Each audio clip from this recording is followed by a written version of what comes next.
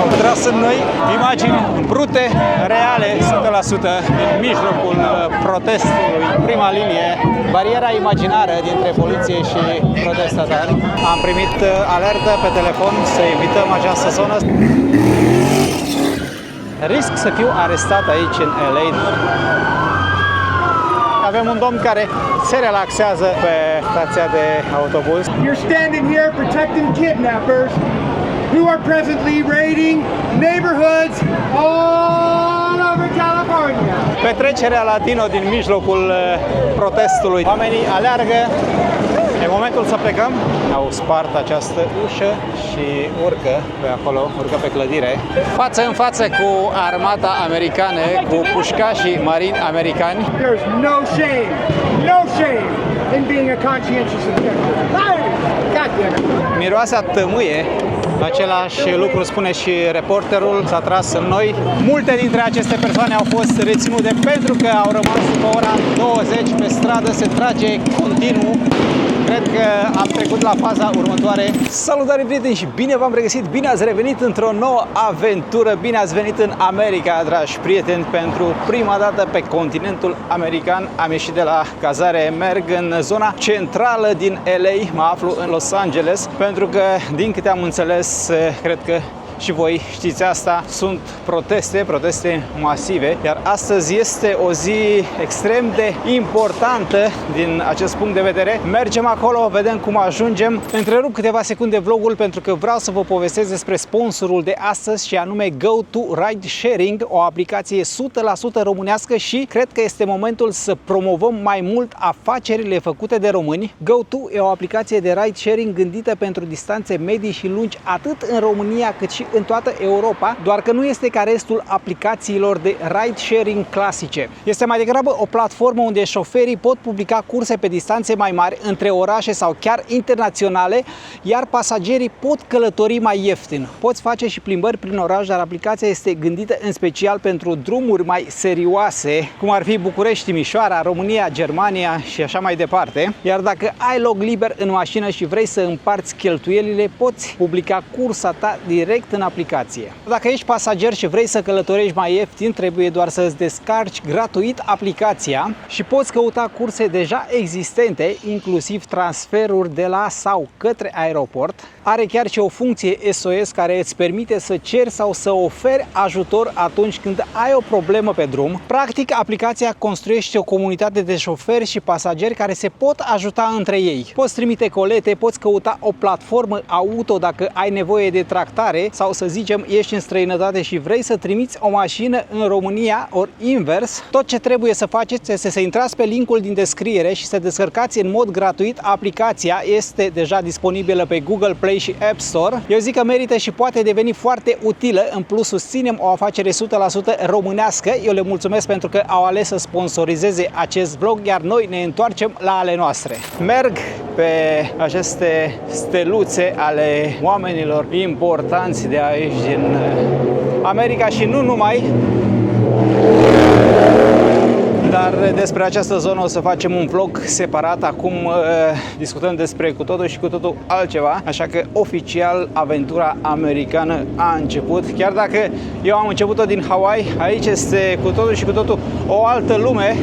Am să vă rog să rămâneți până la final, să urmăriți acest canal de YouTube, apăsați butonul subscribe pentru că este gratis, iar pe mine mă ajută foarte mult. Nu uitați să vă spuneți părerile într-un mod civilizat în comentarii. Acum haideți să vedem care-i treaba cu protestele din America. Din câte am înțeles, a ieșit armata pe stradă. Mulți folosesc termenul război civil. Este o întreagă poveste pe care încercăm să o dezlușim sau să o detaliem în acest vlog. Mă îndrept către metrou, cum vă spuneam. S-ar putea să întâmpin câteva probleme pentru că foarte multe linii de metrou au fost suspendate. Nu știu dacă pe toată durata zilei sau în anumite intervale orare. Vedem ce o să se întâmple, vedem ce găsim pe teren, care este situația reală de la fața locului, fără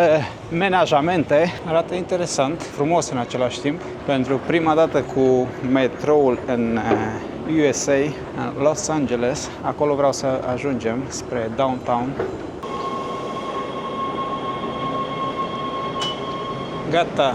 Nu au vrut să-mi accepte cardul, așa că am plătit cash. Din câte am înțeles, am întrebat doi domni de la securitate aici, va trebui să cobor cu 2 stații mai devreme, pentru că, așa cum preconizam, nu ai cum să ajungi în acea zonă. Toate stațiile din apropiere sunt închise. Biletul pentru o călătorie, din câte mi-am dat seama, costă în jur de $1,75, doar că avem taxe, $2 la o singură călătorie am văzut. Eu am luat 2 călătorii, $5,50 cu taxe inclus.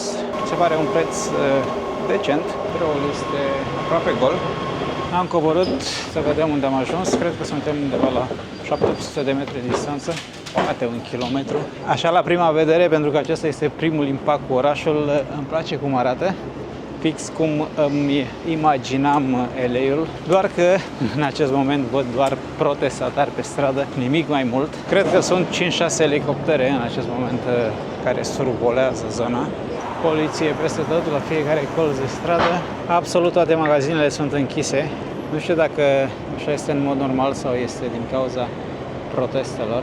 Astăzi este sâmbătă. Mai mult decât atât, oamenii au placat magazinele, au pus placaje. Nu vreau să exagerez, dar pare că m-am reîntors în Ucraina când mă uit de la clădirile din jur.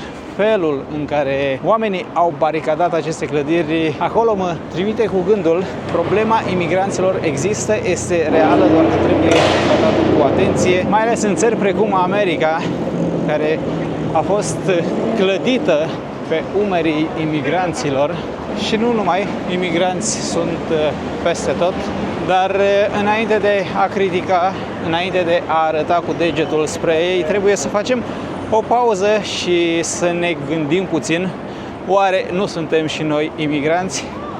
Nu toată lumea, nu mă refer la toată lumea, dar gândiți-vă înainte de a arunca cu ură, pentru că fiecare om are poveste în spate, povestea lui. Nici eu nu sunt de acord cu imigranții ilegali, există o problemă reală care trebuie combătută într-un fel sau altul, dar pașnic, dacă se poate, fără violență. Garduri peste tot, garduri de protecție, placaje.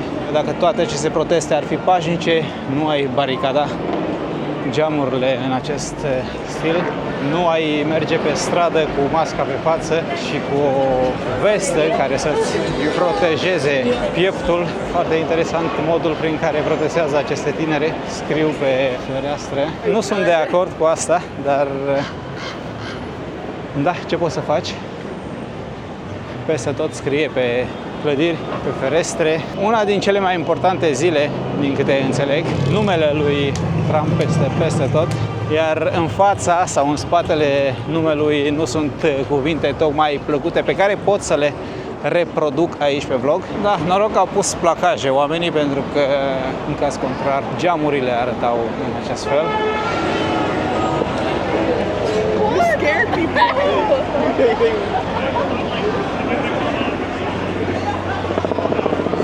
Suntem încă departe de mijlocul protestului, dar lucrurile devin din ce în ce mai animate.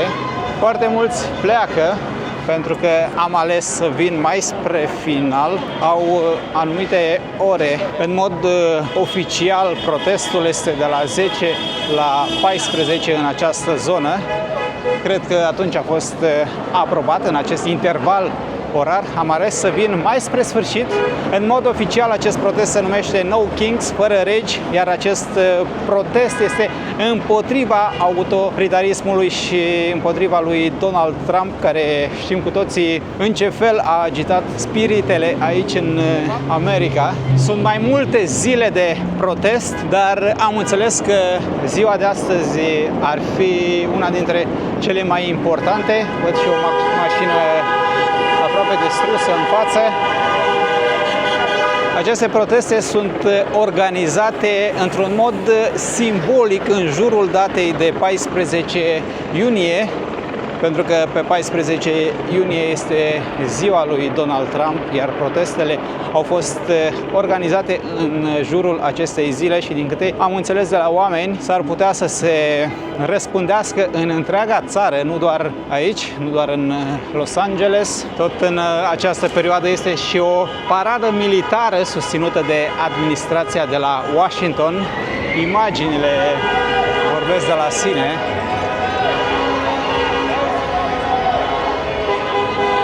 Aici avem armata, oamenii își fac datoria.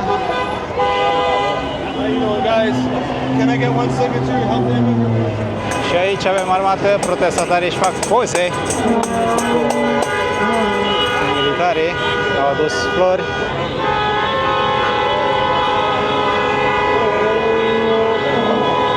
Din punctul meu de vedere, oamenii nu au nicio vină, își fac treaba,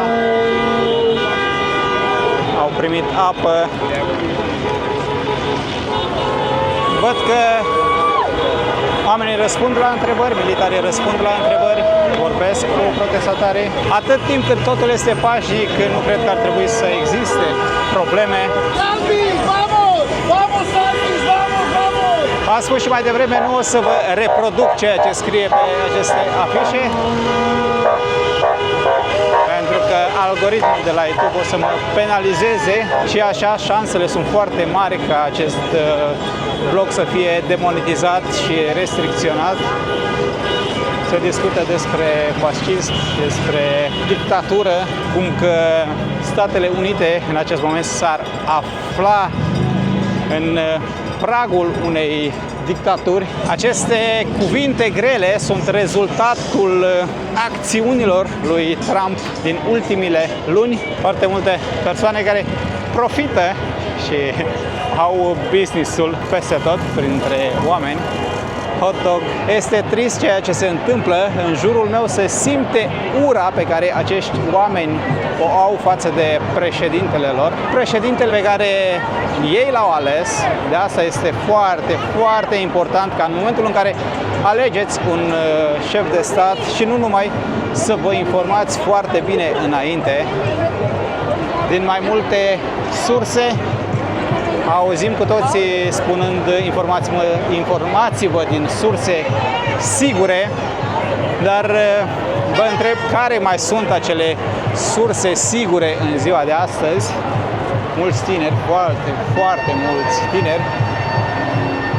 Să știți că mulți dintre ei sunt americani, 100%, nu proveniți din alte țări, alte state, dar ce înseamnă american 100% în ziua de astăzi? Vă rog să-mi spuneți. Un alt lucru care mie personal nu-mi place când văd astfel de proteste este modul în care oamenii se îmbracă.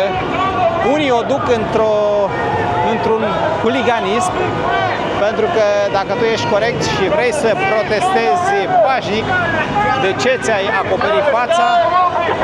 Ați auzit? Am fost în teritoriile palestiniene, ați văzut ce s-a întâmplat acolo, ați văzut ce s-a întâmplat cu vlogurile făcute acolo și ura pe care am primit-o, chiar dacă am încercat să fiu cât se poate de sincer, onest, am prezentat lucrurile așa cum le-am văzut în ambele părți, dar oamenii, da, oamenii sunt oameni. Dacă nu ați văzut vlogurile, vă invit pe canalul de YouTube, pentru că o să le găsiți. Am făcut vloguri din Israel, am făcut vloguri din teritoriile palestiniene, am vorbit cu oamenii și de o parte și de alta, i-am lăsat să-și spună punctul de vedere. Iar asta a afectat canalul de YouTube, nu pe mine în mod direct, dar m-a afectat pe mine prin canalul de YouTube. Mi-a afectat activitatea, mai bine spus, pentru că în ziua de astăzi se pare că nu poți fi neutru, oamenii nu pot concepe ca cineva să fie neutru, obligat trebuie să fii de o parte sau de alta a baricadei. Va fi un vlog needitat, brut, direct din stradă. Am informații pregătite despre acest protest, dar nu cred că își au rostul în acest moment, pentru că oricum Știți cu toții ce se întâmplă în America, pentru că media este plină.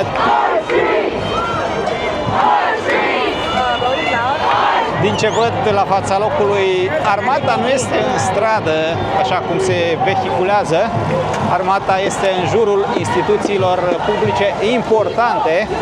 Acum, dacă asta înseamnă că armata este în stradă, ok, armata este în stradă, dar oamenii sunt liniștiți, stau în pătrățica lor, discută cu protestatarii într-un mod pașnic. Poți să mergi până aproape de ei, poți să dai mâna cu ei. Într-adevăr, sunt pregătiți să intervină pentru că asta le este meseria. Dintotdeauna mi-am dorit să ajung în America, iată că visul s-a îndeplinit, doar că nu așa mi-am imaginat primul vlog de aici. Nu-mi imaginam ca primul vlog din America să fie din mijlocul unui protest, dar dacă mă urmăriți de foarte mult timp, știți că nu pot sta departe de evenimentele majore, mai ales că s-a întâmplat ca zborul să coincidă, ca venirea mea în America să coincidă cu aceste evenimente neplăcute.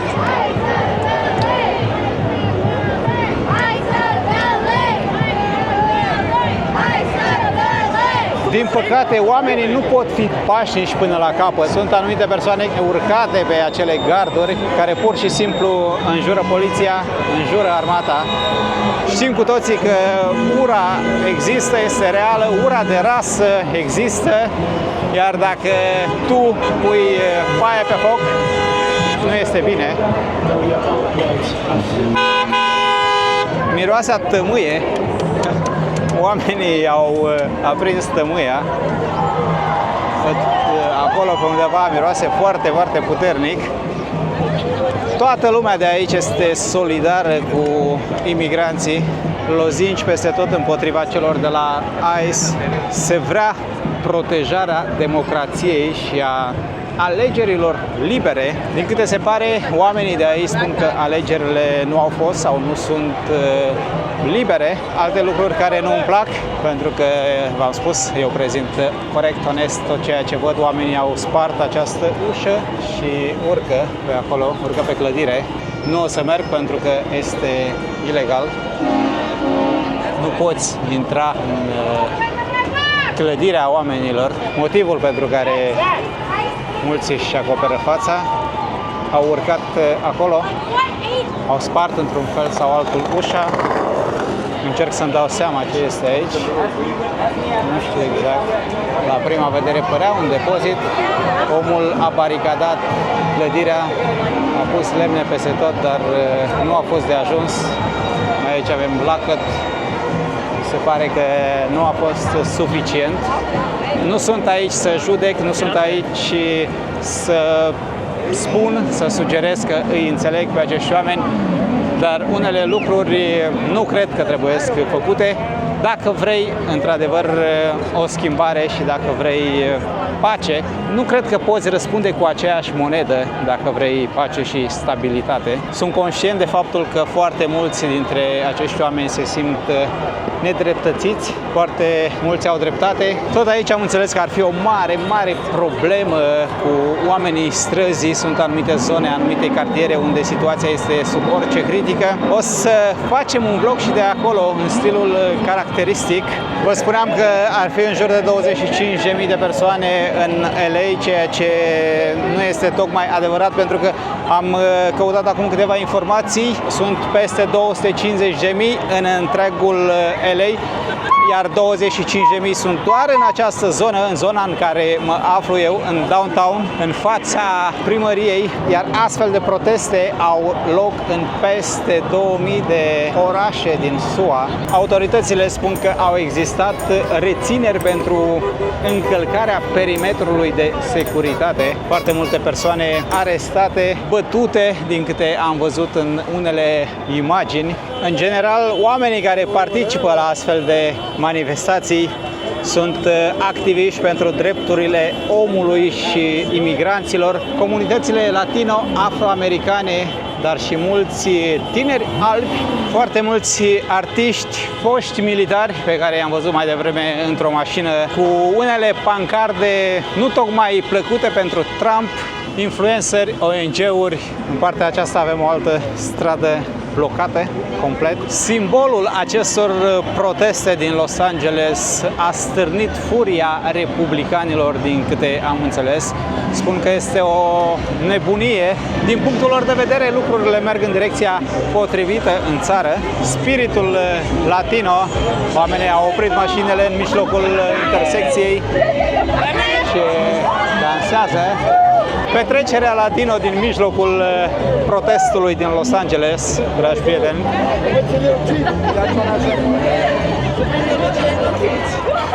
Dacă nu ai citi ce scrie pe aceste bannere, simți că ești într-un festival, iar pe alocuri pare că tocmai ai ieșit de pe stadion. Cred că asta nu este tocmai bine. Sunt tineri care dau cu artificii, lucru care a făcut ca și elicopterul să vină în această zonă. Autoritățile vor să vadă exact ce se întâmplă înainte de a acționa. Steagul verde, alb și roșu al Mexicului a devenit un simbol definitoriu al protestelor din acest loc, pentru că îl văd peste tot. Mai sunt și alte steaguri ale celorlalte țări latino, dar cele ale Mexicului predomină. Unul din motivele pentru care oamenii s-au adunat și astăzi aici sunt raidurile făcute de cei de la ICE vineri, raiduri la locurile de muncă din districtul de confecții al orașului. Se pare că aseară, deși protestele au început pașnic, ca și acum s-au soldat cu zeci de arestări. Un tânăr care s-a urcat pe stâlp în fața armatei sau în fața gărzii naționale. Sunt peste 3,4 milioane de persoane cu origini mexicane sau născute în Mexic, aici în Los Angeles, mai multe decât în orice alt stat din SUA. Să știți că sunt mulți americani care consideră asta o nebunie, faptul că oamenii flutură steagul mexican aici și spun că nu sunt pașnici, nu sunt protestatari pașnici, ci mai degrabă imigranți ilegali. Acum, chestia asta cu imigrantul ilegal nu este treaba mea. Acolo autoritățile știu mai bine, pentru că ei au baza de date. Am auzit de cazuri în care au fost descoperite persoane ilegale în America de peste 20 de ani, adică oamenii stau ilegal de mai bine de 20 de ani în această țară. Sunt de aproape o oră în mijlocul oamenilor și încep să-mi dau seama că sunt persoane care protestează pașnic, sincer, dar sunt multe persoane care încearcă să agite spiritele și provoacă autoritățile, care până acum nu răspund. Acum, dacă este să fim corecți și să ne uităm ce scrie în Constituție, fluturarea unui steag străin sau chiar arderea unui steag american, nu spun că ar trebui să faceți asta, sunt lucruri legale, protejate de Constituție, protejate de dreptul la libera exprimare prevăzută în primul amendament al Constituției americane. Acum, în momentul în care vii echipat așa, nu știu dacă ai gânduri pașnice. Cred că vor să scoată în evidență doar latura negativă a protestatarilor. Aici avem apă gratuită, prăjituri, snack-uri gratuite, apă gratuită, foarte frumos, o doamnă cu flori în spatele meu care le oferă gratuit. Dar, după cum vă spuneam, cred că se încearcă demonizarea, dacă vreți, a protestatarilor, pentru că până acum, cu mici excepții, eu nu văd ceea ce o mare parte din presa locală relatează. Aici avem o zonă interesantă unde sunt oameni ai străzii, nu mai sunt protestatari, au porturi, o latură negativă a acestui oraș. Suntem într-o altă zonă și aici văd o mare parte a protestatarilor. O altă zonă importantă. It's just like such a funny, like it's like a good symbolism too, and it's like it's good. De aici se vede frumos, vreau să merg acolo jos pentru a simți cu adevărat atmosfera. Aici avem trupele marine americane, pușcașii marini care păzesc această clădire, această instituție publică unde protestatarii până acum cântă, dansează. Cam aceasta este atmosfera din mijlocul protestatarilor. Și aici miroase a tămâie.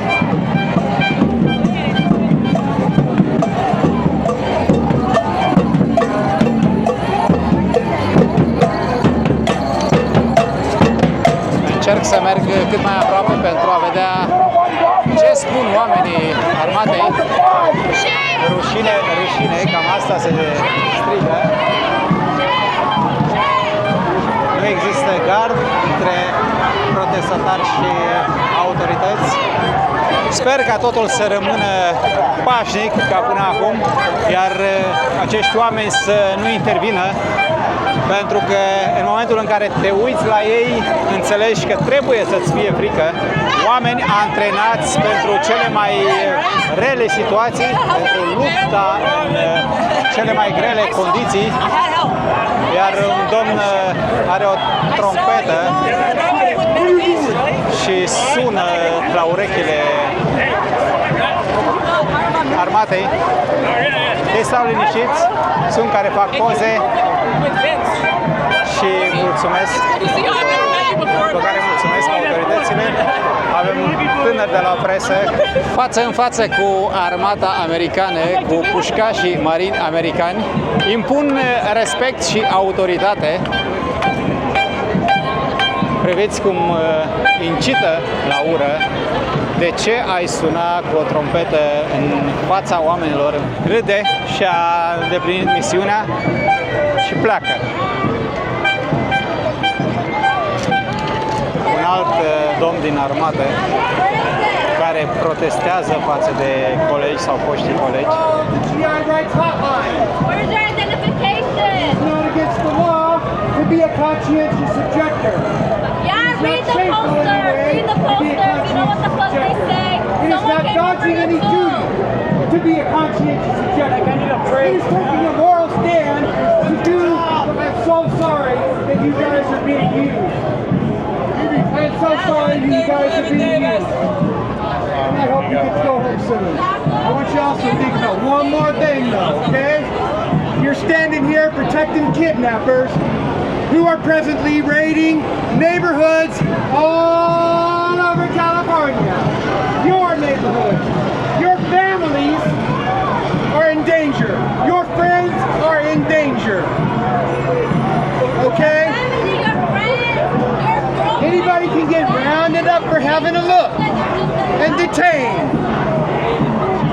Did you ever imagine that the United States would send people without any due process whatsoever to a foreign torture chamber, to a place where they will never see sunlight again, where life is torture? Did you ever imagine that we would oppress the liberated? Your leaders will be accountable.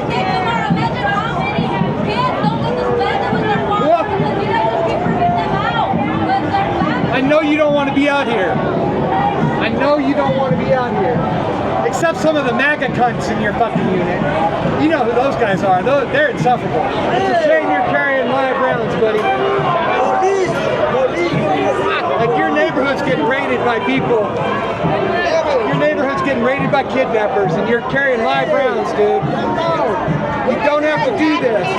Call the GI hotline if you're interested. Okay? I know it's a hard thing to do. Okay, but you're out here on unlawful orders. There's no shame in being a conscientious objector. God damn it. What are they doing? Not doing this. No, not doing it. Hey! Spiritele se încing. Un domn care avea foarte multe de reproșat colegilor. Aș vrea să văd ce s-a întâmplat, motiv pentru care ne îndreptăm în zona respectivă. De data aceasta nu au mai fost artificii, au fost gloanțe de cauciuc. Oamenii scandează protest pașnic după ce s-a tras spre mulțime. Avem și câțiva reporteri, oameni de presă și aici foarte mulți tineri, un domn în scaun cu rotile. Oamenii vorbesc, spun sau reproșează autorităților că sunteți gata să trageți în noi, cam asta le spun unii tineri. Aici avem și jurnaliști cu veste antiglonți, în prima linie.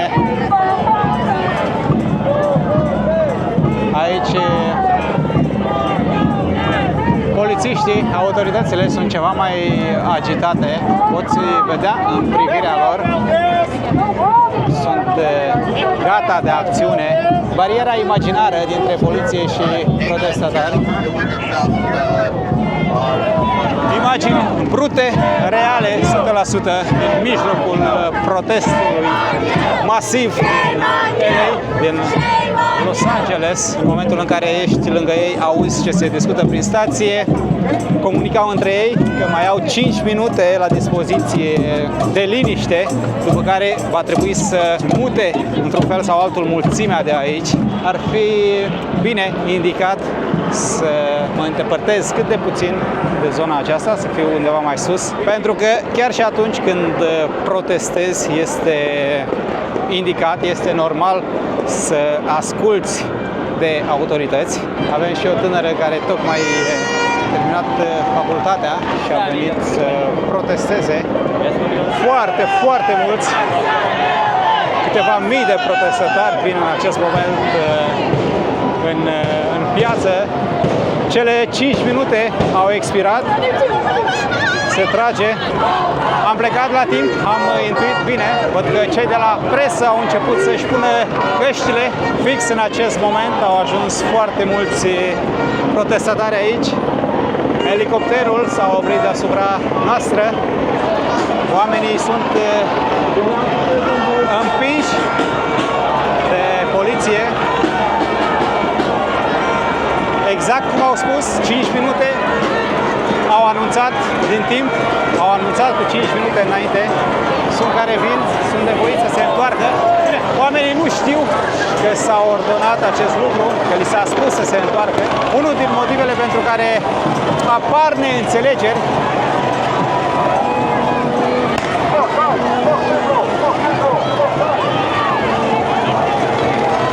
poliția, călare, se aud focuri de armă, se trage, imagini brute, dragi prieteni. Oamenii aleargă, se pare că va trebui să plecăm și de aici. Spiritele se încing, văd și foarte mulți jurnaliști, oameni de presă care fug.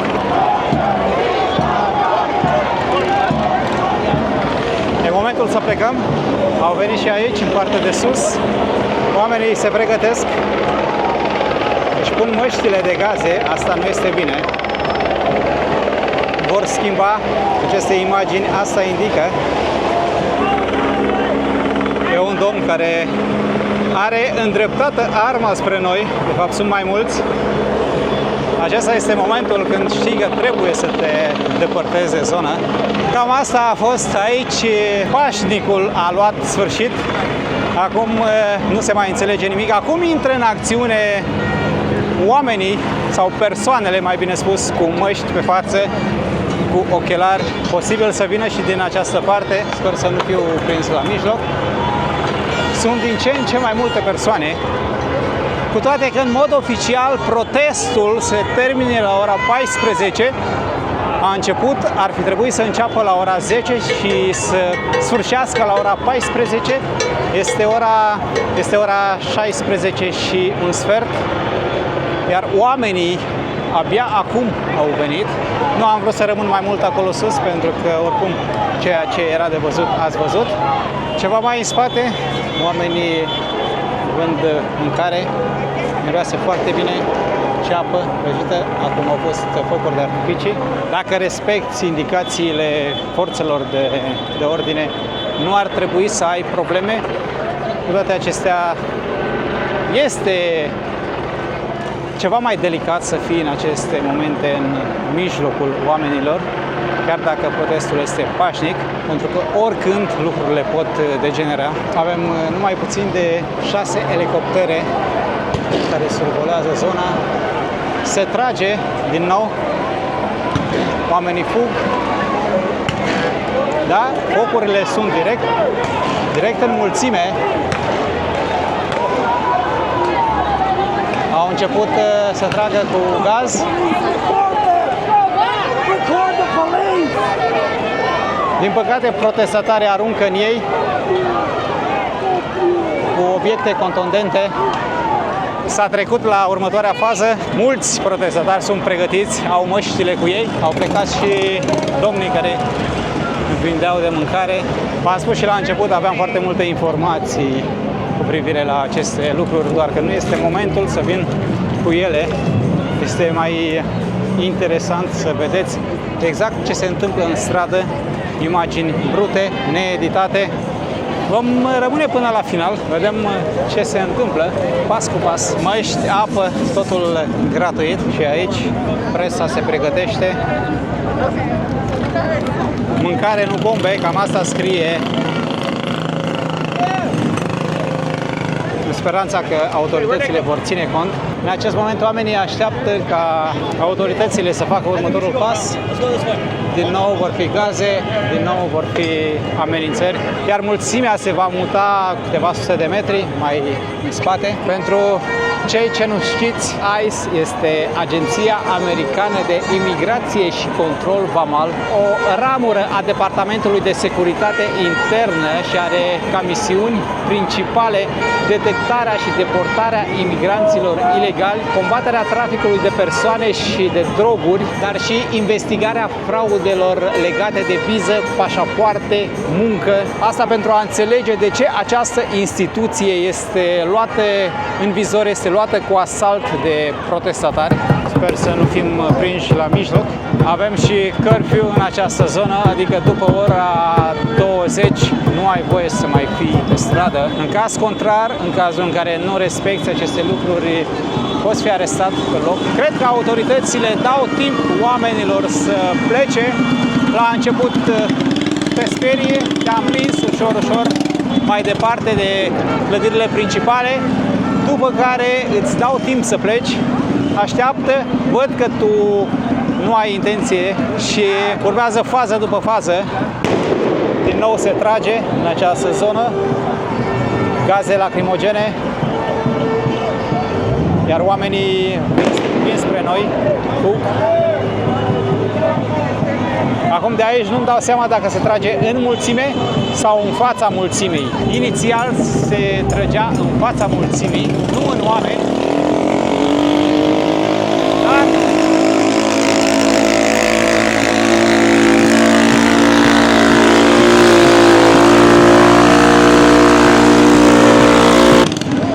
după mine nu așa se protestează, după mine așa îți atragi gloanțe de cauciuc sau gaze, pentru că autoritățile văd, au ochi peste tot, sunt drone, elicoptere, știu exact ceea ce se întâmplă la sol. A început pașnic și nu mai e pașnic, pentru că în momentul în care începi să arunci în autorități, că aduci injurii, cred că și ei pot trece cu vederea, dar în momentul în care arunci în ei cu sticle, cu apă, cu diverse obiecte contundente, lucrurile se schimbă.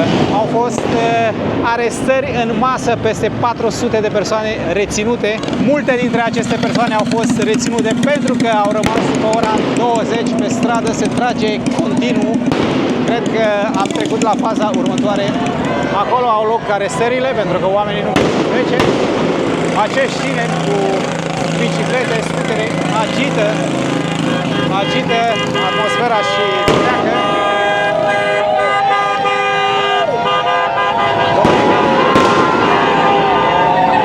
Acum s-a tras spre mulțime, s-a tras în acești copaci. Se simte mirosul de gaz până aici.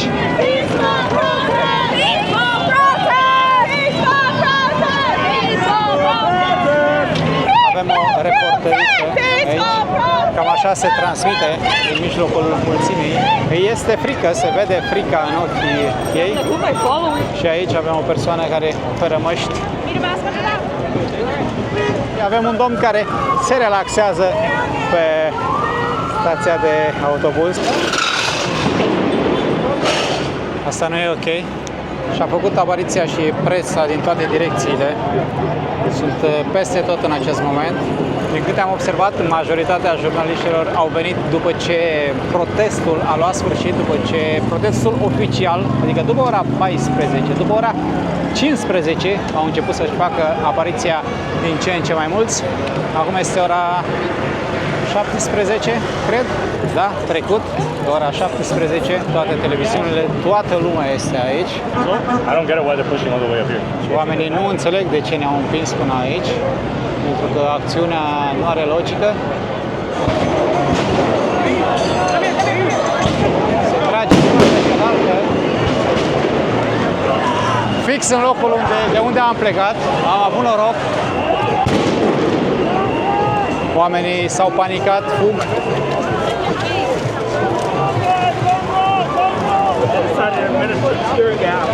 Au tras fix în zona unde se aflau jurnaliștii, unde se aflau oamenii de presă, fix în această zonă, fără să mai anunțe de această dată. Oamenii sunt pregătiți să intre în direct. Gazul se simte foarte puternic aici.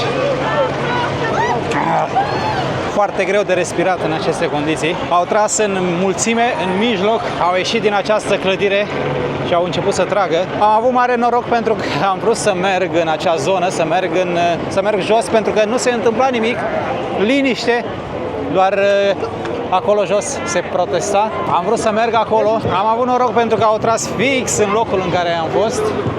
Ustură ochii, da, simți gazul foarte puternic. Cu toate că am mască, mi-au dat fetele mai devreme mască, nu o folosesc, nu am folosit-o.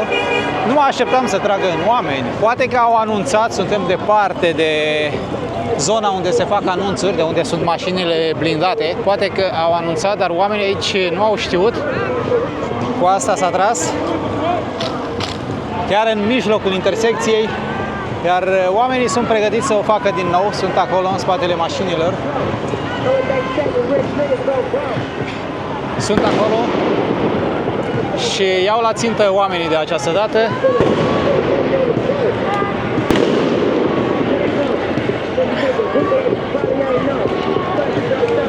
Aici este presa. Același lucru spune și reporterul.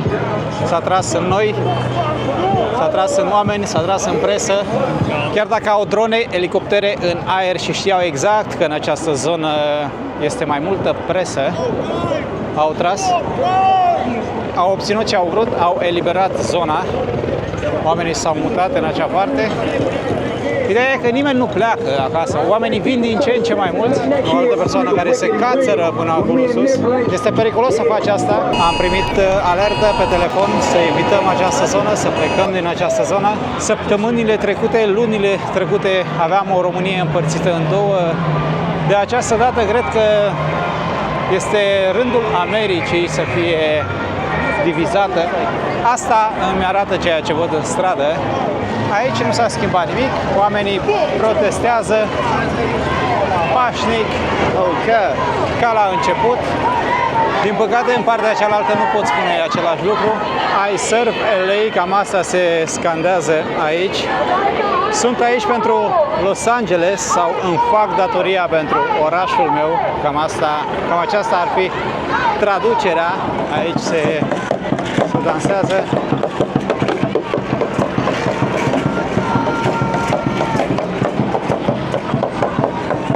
Aceasta este diferența. Asta înseamnă să protestezi într-un mod pașnic. Alta este să o faci într-un mod agresiv, cum am văzut mai devreme. Vreau să merg să văd ce se mai întâmplă înainte de a pleca. Cred că am văzut, pentru că oamenii fugeau spre mine. O să se tragă cu gaze și în această zonă. Ce să spun? Bine ați venit în Los Angeles, dragi prieteni. Am spus și la început, nu așa am vrut să-mi încep aventura în America, dar aceasta este realitatea, dragi prieteni. Acestea sunt evenimentele care au loc în aceste momente. Democrație înseamnă să protestezi, să poți protesta pașnic, să-ți spui punctul de vedere, să-ți spui problemele, dar nu înseamnă să vandalizezi, să distrugi mașini, să distrugi clădiri. Ideea este că în Statele Unite lucrurile stau puțin diferit când vine vorba de autorități și forțele de ordine. Pe lângă asta, administrația Trump are o politică de toleranță zero față de comportamentul infracțional și violență, în special atunci când această violență este îndreptată împotriva ofițerilor care încearcă să-și facă treaba. Cu alte cuvinte, în momentul în care te-ai luat de un astfel de ofițer, ești arestat pe loc. Nu ai niciun cuvânt de spus. Este ora 7, este ora 19. Peste o oră risc să fiu arestat aici în LA dacă sunt pe stradă. Cred că în această zonă avem districtul financiar. Îl vom explora în altă zi. Acum mergem la hotel, v-am spus, o să iau metroul și aici avem soldați. Hello, sir. Oamenii te salută. Chestia asta nu mai seamănă a protest. Este dusă înspre huliganism, din păcate. Hello, sir. Poliția coboară din mașini. Va trebui să mergem încolo, cred.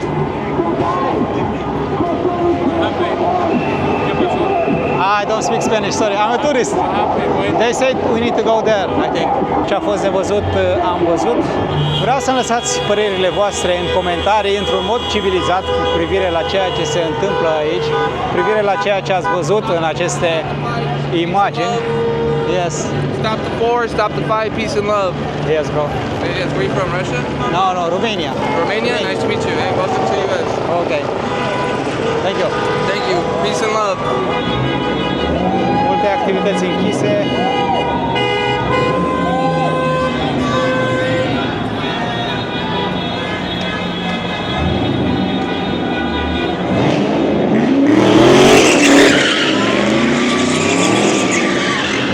Da?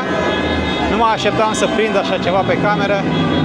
Aceste persoane abia acum vin să protesteze, cu 40 de minute înainte de curfew. Văd și acolo în față un grup de tineri. Bineînțeles, elicopterele se apropie de zonă, văd. Ia priviți, 1, 2, 3, 4, 5, 6. Sunt 7 doar în această zonă. Toate aceste persoane nu știu ceea ce s-a întâmplat acolo.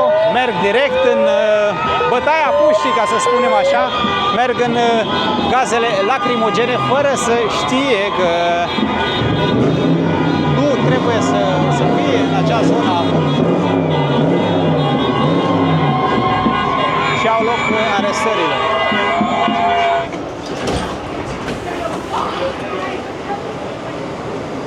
Ne-am teleportat în altă zonă, zona de unde am început vlogul de astăzi. Tot aici o să-l încheiem. Eu o să vă mulțumesc foarte mult pentru că ați rămas până la final.